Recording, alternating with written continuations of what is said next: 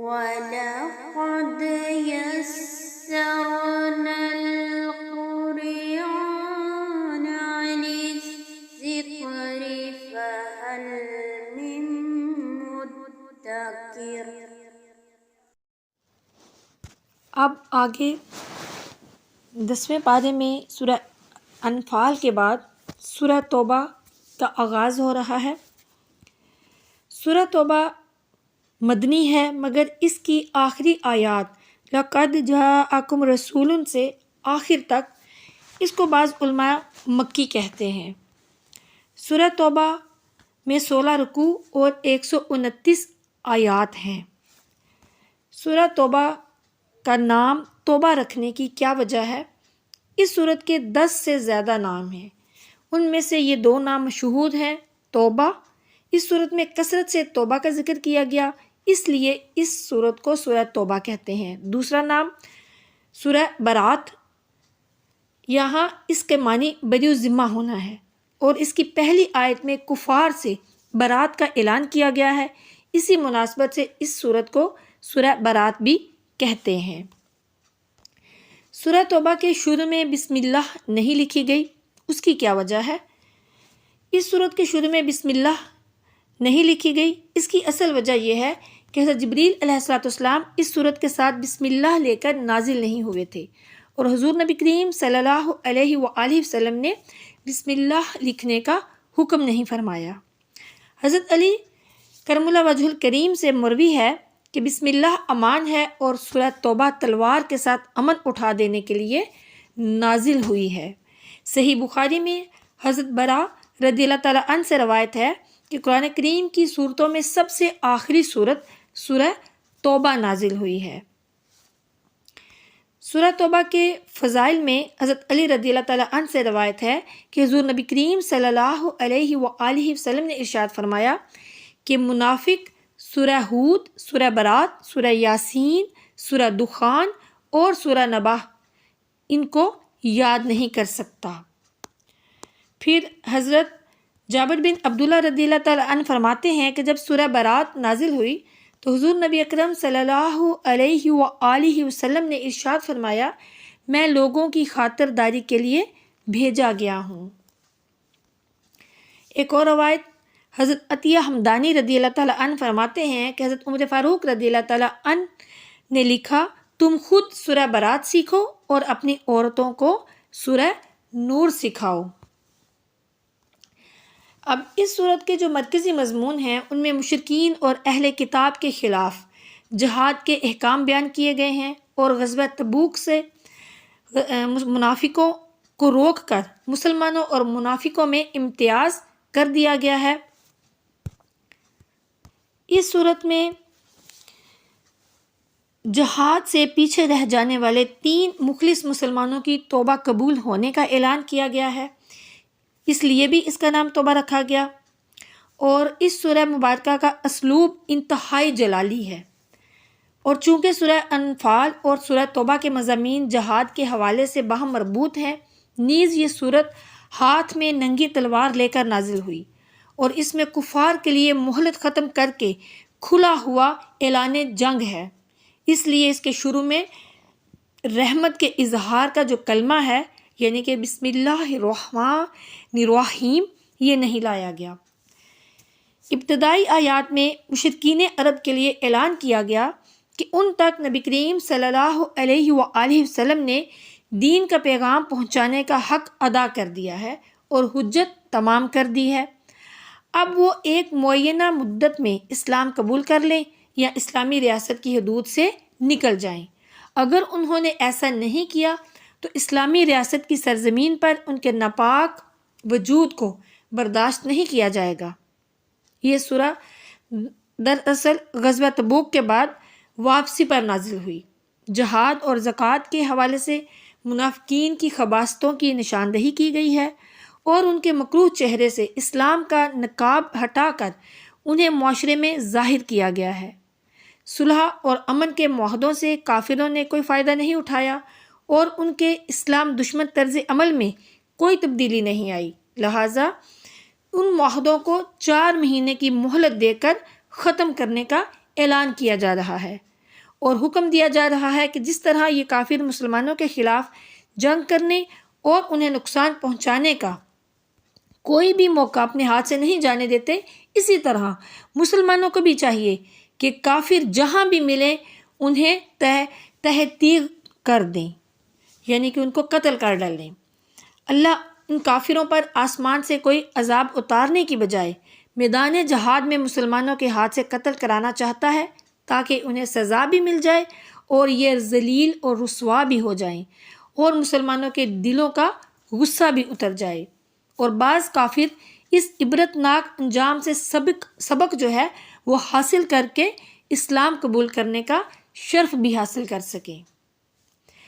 اس کے بعد آیت نمبر 16 میں 2 ٹوک بیان کر دیا گیا کہ جہنم سے خلاصی اور جنت کا حصول ان ہی لوگوں کے لیے ممکن ہوگا جن کی استقامت اور خلوص کو اللہ آزما کر اور ٹھوک بجا کر دیکھ لے گا۔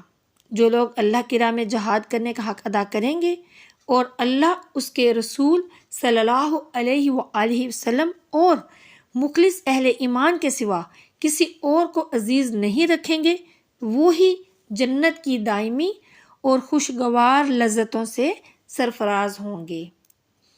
24ویں آیت میں اللہ عز و جل نے 8 دنیاوی محبتیں اور 3 دینی محبتیں بیان فرمائیں۔ اس کے بعد دعوت دی کہ اپنے باطن میں ایک ترازو نصب کرو، ایک پلڑے میں دنیا کی 8 محبتیں یعنی والدین، بیٹوں، بھائیوں، بیویوں، رشتہ داروں، مال، کاروبار اور گھر کی محبت رکھو، اور دوسرے پلڑے میں دین کی 3 محبتیں۔ دین کی 3 محبتیں کون سی ہیں؟ اللہ، اس کے رسول صلی اللہ علیہ وآلہ وسلم اور جہاد فی سبیل اللہ کی محبت، اس کو رکھو۔ اب دیکھیے کہ اگر دنیاوی محبتوں والا پلڑا وزنی ہے اور دینی محبتوں والا پلڑا ہلکا ہے تو پھر جاؤ اور موت کا انتظار کرو۔ انسان کی ترجیح تو دنیا ہو، لیکن ذرا ضمیر کی تسلی کے لیے جزوی نیکی کر کے سمجھے کہ شاید اللہ اس سے راضی ہو جائے گا۔ ہرگز ایسا نہیں۔ دنیاوی محبتوں کو دینی محبتوں پر ترجیح دینے والے در حقیقت فاسق ہیں، اور اللہ فاسقوں کو کبھی ہدایت نہیں دیتا۔ اب دیکھیے کہ اس آیت سے معلوم ہوا کہ جسے دنیا جہان میں کوئی معزز، کوئی عزیز، کوئی مال، کوئی چیز اللہ اور اس کے پیارے رسول صلی اللہ علیہ وآلہ وسلم سے زیادہ محبوب ہو، وہ بارگاہ الہی سے مردود ہے، اسے اللہ عز و جل اپنی طرف راہ نہیں دے گا اور اسے عذاب الہی کے انتظار میں رہنا چاہیے۔ حضور نبی کریم صلی اللہ علیہ وآلہ وسلم کے ارشاد کا مفہوم ہے، فرمایا تم میں کوئی مسلمان نہ ہوگا جب تک میں اسے اس کے ماں باپ، اولاد اور سب آدمیوں سے زیادہ پیارا نہ ہوں۔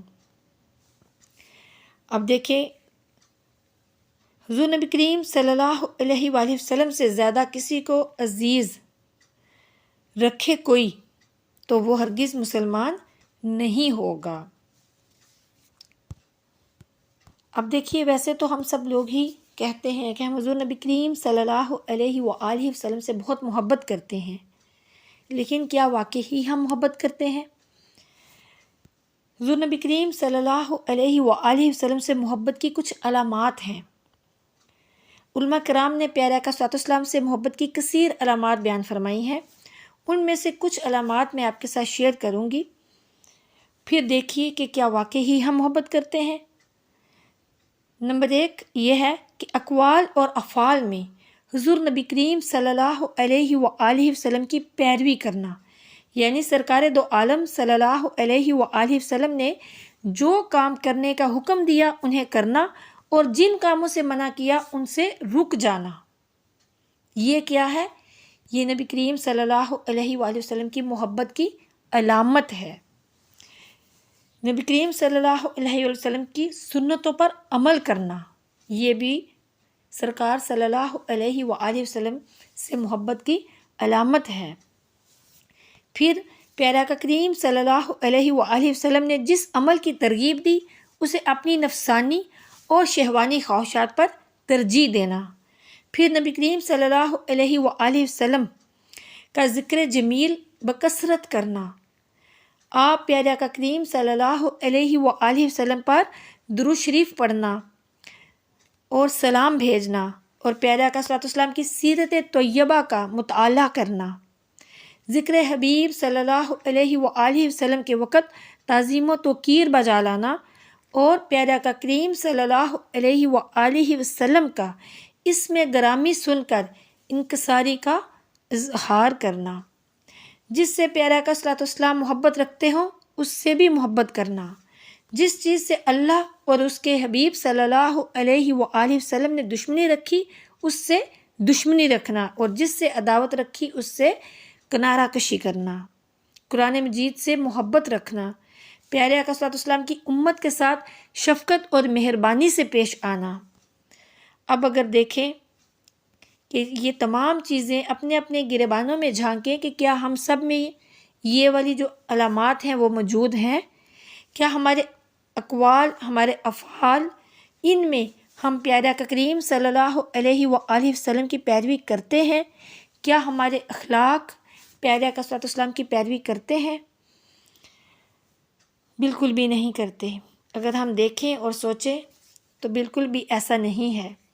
ہمارے اقوال اور ہیں، ہمارے افعال اور ہیں، ہماری اخلاقیات بگڑ چکی ہیں، تو پتہ نہیں ہم کس طرح یہ دعویٰ کرتے ہیں کہ ہم پیارے آقا صلی اللہ علیہ وسلم سے محبت کرتے ہیں۔ بالکل ہم دعوے میں جھوٹے ہیں جب ہمارے اعمال ہی جھوٹے ہیں۔ ہماری جو تعلیمات پیارے آقا صلی اللہ علیہ وسلم کی تعلیمات ہیں، ان کے احکامات ہیں، ان پر جب ہم نے عمل ہی نہیں کرنا تو ہم ان سے محبت کیسے محبت کا دعویٰ؟ یہ کیسی محبت ہے؟ کیا ایسی ہوتی ہے محبت؟ دنیا میں اگر کسی سے محبت کی جاتی ہے تو اس کی نافرمانی کی جاتی ہے؟ نہیں کی جاتی۔ وہ تو یہ ہوتا ہے ہم جب کسی سے محبت کرتے ہیں دنیا میں تو اس کی ہر بات مانتے ہیں، ہر چیز کو چھوڑ دیتے ہیں اس کی خاطر اور اسی کی ہر بات کو ترجیح دیتے ہیں۔ لیکن ہم کہتے ہیں، زبان سے کہتے ہیں جی ہم عاشق رسول ہیں، تو یہ ہم کس قسم کے عاشق رسول ہیں؟ اللہ تعالیٰ ہمیں ہدایت عطا فرمائے اور پیارے آقا صلی اللہ علیہ وسلم کی سچی محبت عطا فرمائے۔ آمین ثم آمین۔ اس کے بعد غزوہ حنین کی کچھ تفصیلات بیان ہوئی ہیں اور یہ اصول دیا گیا ہے کہ مسلمانوں کا ہمیشہ یہ طرز عمل رہا کہ وہ قلت وسائل اور افرادی قوت میں کمی کے باوجود اللہ اور اس کے رسول صلی اللہ علیہ وآلہ وسلم کے حکم پر ثابت قدم رہے اور اللہ کی غیبی نصرت اور حمایت کے طلبگار رہے۔ لیکن حنین کا معرکہ ایک ایسا معرکہ تھا جس میں مسلمانوں کی تعداد اور افرادی قوت بہت زیادہ تھی۔ تقریباً 12,000 مسلمان اس جنگ میں شریک تھے۔ اس تعداد کی کثرت اور فراوانی نے مسلمانوں کے دلوں میں ایک فخر کی کیفیت پیدا کر دی۔ جب مسلمان کافروں کے آمنے سامنے ہوئے تو حوازن کے تجربہ کار تیر اندازوں نے یک لخت مسلمانوں پر حملہ کر دیا۔ اس حملے کی وجہ سے مسلمانوں کے قدم تھے وہ اکھڑ گئے۔ نبی رحمت علیہ الصلوۃ والسلام اپنی سواری کی پشت سے نیچے اترے۔ پیارے آقا صلی اللہ علیہ وسلم نے اعلان فرمایا کہ جس طرح اس بات میں کوئی شک نہیں کہ میں عبد المطلب کا پوتا اور عبداللہ کا لخت جگر ہوں، اسی طرح اس بات میں بھی کوئی شک نہیں کہ رب نے مجھے نبی صلی اللہ علیہ وآلہ وسلم بنا کر بھیجا ہے۔ آپ صلی اللہ علیہ وآلہ وسلم پورے وقار اور شجاعت کے ساتھ میدان جنگ میں ڈٹے رہے۔ پیارے آقا صلی اللہ علیہ وسلم کی استقامت کی وجہ سے مسلمان بھی دوبارہ حوصلے میں آ گئے اور میدان جنگ میں واپس آ گئے اور اللہ عز و جل سے مدد مانگی۔ جب اللہ عز و جل سے مدد طلب کی گئی تو مالک کائنات نے دوبارہ مسلمانوں کو کفار پر غلبہ عطا فرما دیا اور مسلمانوں کے دلوں میں یہ بات راسخ ہو گئی کہ جنگوں میں فتح وسائل کی کثرت اور فراوانی کی وجہ سے نہیں ہوتی بلکہ اللہ کے حکم سے، اللہ کے فضل اور کرم سے ہوا کرتی ہے۔ پھر آگے آیت نمبر 28 میں واضح کر دیا گیا کہ 9 ہجری کے حج کے بعد اب کافر حرم شریف میں داخل نہیں ہو سکیں گے، اور بتایا گیا کہ توحید اور آخرت پر ایمان نہ لانے والے اور اسلامی نظام حیات سے پہلو تہی کرنے والے اسلامی معاشرے کے افراد بن کر نہیں رہ سکتے۔ انہیں ذلت اور رسوائی کے ساتھ جزیہ ادا کر کے اپنے رہنے کے لیے جواز پیدا کرنا ہوگا۔ اہل ایمان کو خدشہ تھا کہ مشرکین کی مسجد آمد سے جو مالی اور کاروباری فوائد ہوتے ہیں وہ ختم ہو جائیں گے، تو انہیں تسلی دی گئی کہ عنقریب اللہ مسلمانوں کو غنی کر دے گا اور انہیں مشرکین کی طرف سے ملنے والے فوائد کی حاجت نہیں رہے گی۔ اس کے بعد مال و دولت اور سونے چاندی میں اللہ کے احکام کی ادائیگی نہ کرنے والوں کے لیے وعید ہے کہ سونا چاندی جہنم میں تپا کر انہیں داغا جائے گا۔ پھر مہینوں اور تاریخوں میں تبدیلی کر کے حرام کو حلال کرنے کا کافرانہ حرکت پر تنبیہ کی گئی۔ اس کے بعد جہاد کے لیے نہ نکلنے پر وعید بیان کی گئی اور دردناک عذاب کا پیغام دیا گیا۔ آیت نمبر 32 میں آگاہ کیا گیا کہ اہل کتاب اپنی انتھک سازشوں اور ناپاک چالوں کے ذریعے دین اسلام کی ترقی اور غلبہ حق کو روکنا چاہتے ہیں، لیکن اللہ اس نور عدل و رحمت کو غالب کر کے رہے گا، خواہ کافروں کو کتنا ہی ناگوار گزرے۔ انسان ہی کہلانے کا حقدار ہے جس کا حیوانی تقاضوں سے اوپر کوئی پاکیزہ مقصد زندگی ہو۔ اعلیٰ ترین مقصد وہ ہے جو مقصد تھا حضور نبی کریم مصطفیٰ جان رحمت صلی اللہ علیہ وآلہ وسلم کا، یعنی دنیا سے ظلم و استحصال کا خاتمہ اور عادلانہ نظام کا قیام۔ آیت نمبر 40 میں سفر ہجرت کے موقع پر غار ثور میں حضرت ابوبکر صدیق رضی اللہ تعالیٰ عنہ کی رفاقت خاص کو ایک شان امتیازی کے ساتھ بتایا، اور اس آیت میں 6 مرتبہ مختلف انداز میں سیدنا ابوبکر صدیق رضی اللہ تعالیٰ عنہ کا ذکر ہوا۔ یہ آیت جو ہے یعنی آیت نمبر 40 سورہ توبہ کی، یہ حضرت ابوبکر صدیق رضی اللہ تعالیٰ عنہ کی فضیلت کا بیان ہے۔ یہ آیت حضرت ابوبکر صدیق رضی اللہ تعالیٰ عنہ کی عظمت اور شان پر دلالت کرتی ہے۔ تاجدار رسالت صلی اللہ علیہ وآلہ وسلم غار ثور میں اس لیے تشریف لے گئے کہ انہیں کفار کی طرف سے قتل کا اندیشہ تھا، لہٰذا اگر حضور نبی کریم صلی اللہ علیہ وآلہ وسلم کو حضرت ابوبکر صدیق رضی اللہ تعالیٰ عنہ کے سچے، پکے اور صدیق مومن ہونے کا یقین نہ ہوتا تو پیارے آقا صلی اللہ علیہ وسلم کسی طور پر بھی انہیں اپنے ساتھ ہم رکابی کا شرف عطا نہ فرماتے، کیونکہ اس طرح جو اندیشہ کفار سے تھا وہ سیدنا ابوبکر صدیق رضی اللہ تعالیٰ عنہ سے بھی ہو سکتا تھا۔ یہ کلام جو ہے ان جاہلوں کا جواب ہے جو اس سفر کے حوالے سے بھی سیدنا ابوبکر صدیق رضی اللہ تعالیٰ عنہ پر اعتراض کرتے ہیں۔ یہ ہجرت اللہ کی اجازت سے تھی۔ پیارے آقا صلی اللہ علیہ وسلم کی خدمت میں مخلص صحابہ کرام کی ایک پوری جماعت موجود تھی، اور وہ حضرت ابوبکر صدیق رضی اللہ تعالیٰ عنہ کے مقابلے میں نسبی طور پر پیارے آقا صلی اللہ علیہ وسلم کے زیادہ قریب بھی تھے، لیکن اللہ نے ہجرت کے وقت رسول کریم صلی اللہ علیہ وآلہ وسلم کی صحبت میں رہنے کا شرف حضرت سیدنا ابوبکر صدیق رضی اللہ تعالیٰ عنہ کے علاوہ اور کسی کو بھی عطا نہیں فرمایا۔ یہ تخصیص سیدنا ابوبکر صدیق رضی اللہ تعالیٰ عنہ کے عظیم مرتبے اور بقیہ صحابہ کرام رضوان اللہ علیہم اجمعین پر آپ رضی اللہ تعالیٰ عنہ کی فضیلت پر دلالت کرتی ہے۔ پھر آگے فرمایا کہ اللہ نے کلمہ کفر کو پست رکھا اور اللہ کا دین ہی سربلند ہے۔ پھر فرمایا کہ جب جہاد کے لیے عام لام بندی کا حکم ہو جائے تو پھر جس حال میں بھی ہو تمام وسائل کے ساتھ جہاد میں شریک ہو جاؤ۔ پھر فرمایا کہ منافقین قسمیں کھا کھا کر اور طرح طرح کے بہانے بنا کر جہاد سے پہلو تہی اختیار کریں گے، جبکہ سچے مومن دل و جان سے جہاد کے لیے نکل کھڑے ہوں گے۔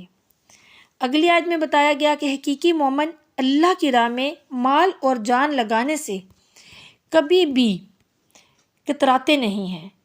اللہ کی راہ میں نکلنے کا عذر وہی لوگ پیش کرتے ہیں جو حقیقت میں اللہ اور رسول اللہ صلی اللہ علیہ وآلہ وسلم اور آخرت پر ایمان نہیں رکھتے۔ سرور دو عالم علیہ الصلوۃ والسلام کو متوجہ کیا گیا کہ آپ علیہ الصلوۃ والسلام نے ان کا عذر قبول کیوں فرما لیا۔ ان لوگوں کو تو ویسے بھی نہیں نکلنا تھا، اگر نکلنا ہوتا تو اسی کی تیاری کرتے، پھر اگر بالفرض وہ نکل بھی جاتے تو پورے لشکر میں بددلی اور انتشار جو ہے وہ پیدا کرنے کی کوشش کرتے۔ اچھا ہی ہوا کہ اللہ نے انہیں اپنی راہ میں نکلنے کی سعادت سے محروم کر دیا، یعنی منافقین کو۔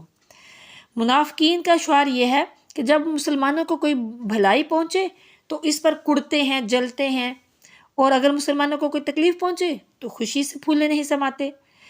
کہتے ہیں کہ ہمیں تو نتیجے سے پہلے ہی معلوم تھا، اس لیے ہم نے احتیاط سے کام لیا۔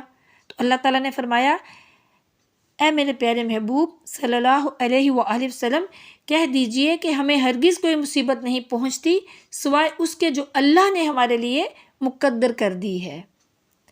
پھر آگے آیت نمبر 53 میں حکم دیا گیا کہ منافقین کی طرف سے کسی بھی طرح کا مالی تعاون قبول نہ کیا جائے۔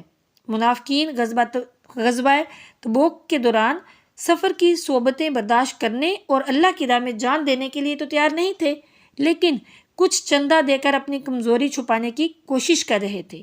ان آیات میں پابندی لگا دی گئی کہ ان کا چندہ جو ہے وہ بھی قبول نہیں کیا جائے۔ اللہ کی راہ میں نکلنے سے کنی کترا کر وہ کفر کا ارتکاب کر چکے ہیں۔ وہ چندہ دیتے ہیں انتہائی ناگواری سے اور نمازیں پڑھتے ہیں ٹوٹے ہوئے دل سے، تو مسلمان ان کے مال اور اولاد کی کثرت سے متاثر نہ ہوں۔ اللہ انہیں عذاب دے گا اور اسی مال اور اولاد کے ذریعے سے ان کو عذاب دے گا۔ مال کسی حادثے یا بیماری میں یا ان کی موت کے نتیجے میں ہاتھ سے نکل جائے گا، اور اولاد ان کی مرضی کے خلاف طرز عمل اختیار کر کے، یعنی نافرمانی کر کے، ان کو اذیت اور تکلیف میں مبتلا کرے گی۔ پھر یہ عملی اعتبار سے کفر کی حالت میں ہی موت سے دوچار ہوں گے۔ وہ قسمیں کھا کر مسلمانوں سے وابستگی کا یقین دلاتے ہیں، حقیقت میں وہ مسلمانوں کے ساتھ نہیں ہیں۔ انہیں اگر کوئی جائے فرار مل جائے تو فوراً مسلمانوں کا ساتھ چھوڑ کر بھاگ جائیں گے۔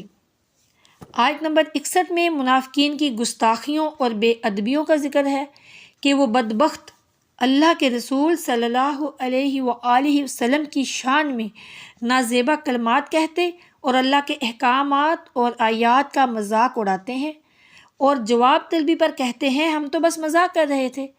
وہ یہ بھی کہتے ہیں کہ یہ نبی کانوں کے کچے ہیں، استغفر اللہ، جبکہ نبی رحمت صلی اللہ علیہ وآلہ وسلم کا تمام لوگوں کی بات سننا مومنین کے لیے باعث رحمت ہے، اور جو لوگ حضور نبی اکرم صلی اللہ علیہ وآلہ وسلم کو ایذا پہنچاتے ہیں ان کی حرکات جلد بے نقاب ہو جائیں گی اور ان کے لیے دردناک عذاب ہوگا۔